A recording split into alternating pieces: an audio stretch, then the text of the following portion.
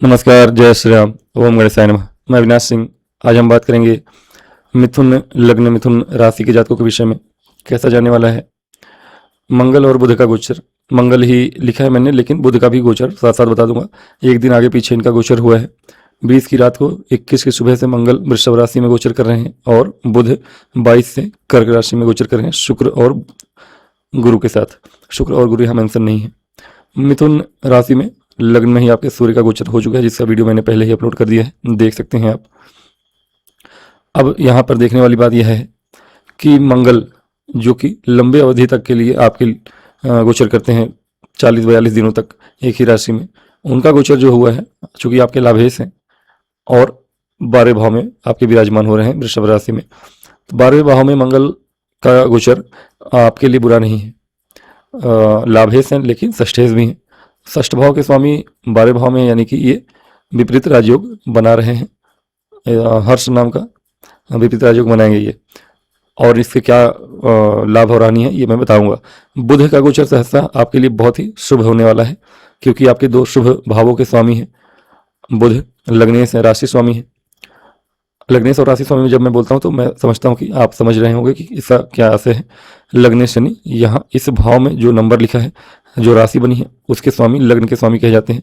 और चंद्रमा जहाँ पे लिखे हैं उस नंबर में जो राशि बनी हुई है उसके स्वामी चंद्र राशि कहे जाते हैं।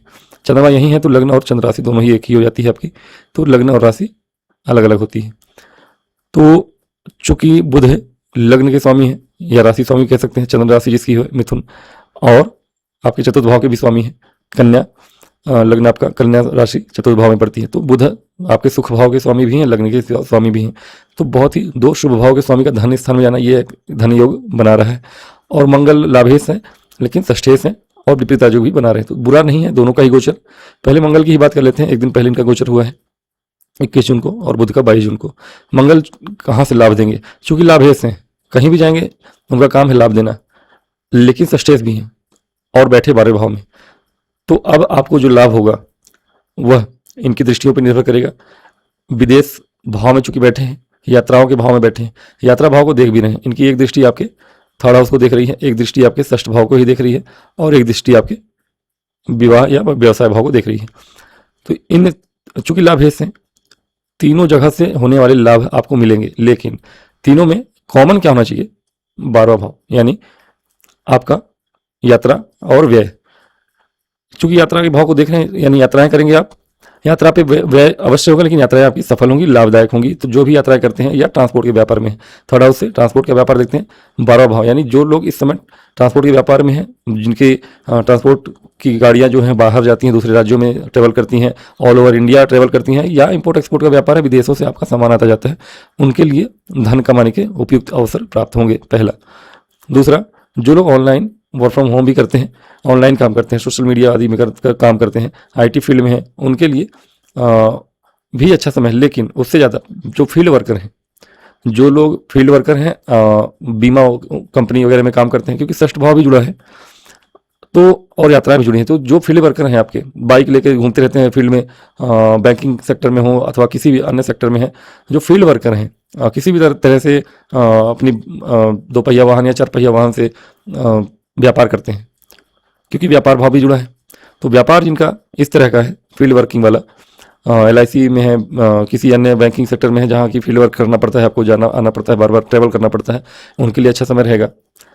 और जिनका व्यापार ही 2 पहिया और 4 पहिया वाहनों से होता है, का होता है नहीं, से होता है, उसके लिए भी मंगल का यह गोचर अच्छा है। तो दौड़ भाग रहेगी जीवन में और आपका काम भी बनेगा। इस तरह के व्यापार जितने भी हैं, ट्रांसपोर्ट से जुड़े हुए जो भी व्यापार हैं आपके, जहाँ भी आपको यात्राएं करनी पड़ती हैं, इस तरह के व्यापार में, और जॉब में, चूंकि जॉब भाव भी देख रहे हैं, तो ऐसा कोई जॉब है आपका जहाँ ट्रैवलिंग करनी पड़ती है आपको, ऐसा कोई व्यवसाय है जहाँ ट्रैवलिंग के बिना व्यवसाय हो नहीं सकता, आवाजाही, माल मटेरियल का ढुलाई, ये सब करते हैं, तो ये अच्छा है।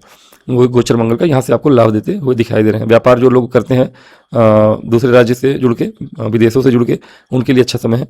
विदेशी मटेरियल मंगाते हैं, विशेष रूप से अगर ऑर्नामेंट्स वगैरह, गोल्ड का व्यापार करते हैं, तो गोल्ड के व्यापारी जो लोग हैं, जो बाहर से सोना मंगाते हैं, दुबई वगैरह बाहर से, उनके लिए अच्छा समय रहने वाला है। टीचर के लिए बहुत अच्छा समय रहने वाला है, टीचिंग के प्रोफेशन में जो लोग हैं उनके लिए भी अच्छा समय है। स्टूडेंट के लिए, कॉम्पिटिशन की तैयारी करने वाले स्टूडेंट के लिए बहुत अच्छा समय दिखाई दे रहा है। जो लोग इस समय इंटरव्यू देना चाहते हैं मंगल के इस गोचर काल के दौरान, आप देखेंगे कि गवर्नमेंट जॉब से रिलेटेड हो या ना हो, योग तो बना है, गवर्नमेंट जॉब से संबंधित कोई इंटरव्यू है या एग्जाम है अगले 40 दिनों में, तो वो आपका सफल होने वाला है, क्योंकि सूर्य भी लग्न में है और मंगल भी षष्ठ भाव को देख रहे हैं 12वें भाव से। तो कोई यात्रा होती है आपकी इंटरव्यू के लिए या एग्जाम के लिए, तो वो यात्रा आपकी सफल होने वाली है। तो अगले 40 दिनों में कोई बाहर जाके आप एग्जाम देने वाले हैं या इंटरव्यू देने वाले हैं, उसमें आपको सफलता प्राप्त होगी। और व्यवसाय तो मैंने बता दिया, ठीक ठाक है, चल रहा है। स्टूडेंट के लिए समय अनुकूल रहेगा। बुध की बात कर लेते हैं।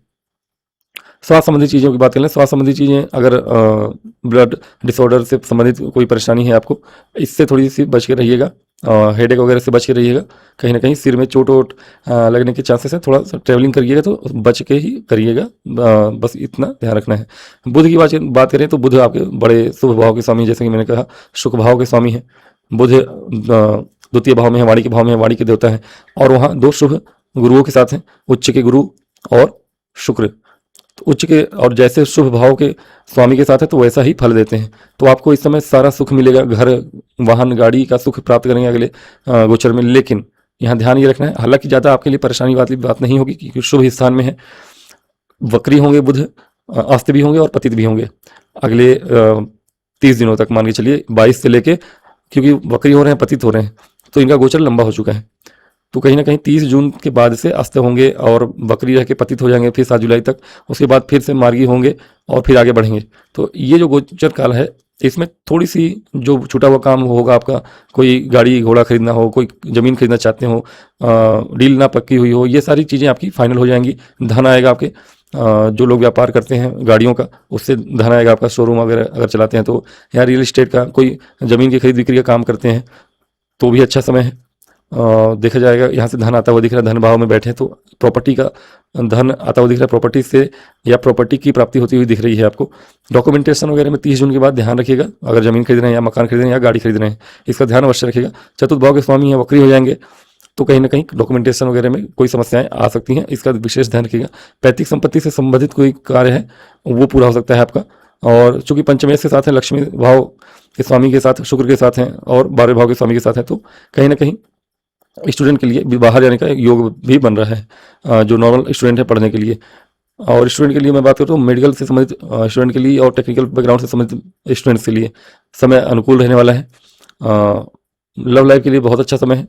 जो अभी समय चल रहा है आपका, उसमें आपके जीवन साथी के साथ आप प्रेम व्यवहार से रहिए। चाहे तो आप विवाह की भी बात कर सकते हैं कि विवाह भाव के स्वामी के साथ पंचम भाव के स्वामी एक साथ बैठे हुए हैं, सुख भाव के स्वामी के साथ हैं।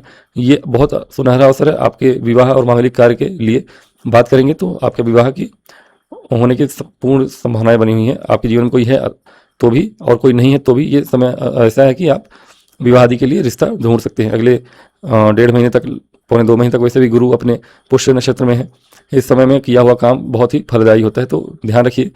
अगले 1-1.5 महीने में जो भी फैसला लेंगे आप शुभ काम करने के लिए, जमीन खरीदते हैं, घर बनाते हैं, विवाह आदि के लिए लड़की या लड़का देखते हैं या शादी होती है आपकी, पूरे जीवन पर्यंत आपको यह सुख देने वाला रहेगा।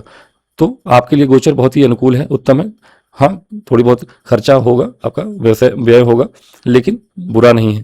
स्वास्थ्य संबंधी चीज़ें भी बहुत अच्छी हैं, कोई खतरे वाली बात नहीं है। तो ओवरऑल देखें तो बहुत अच्छा गोचर है आपके लिए।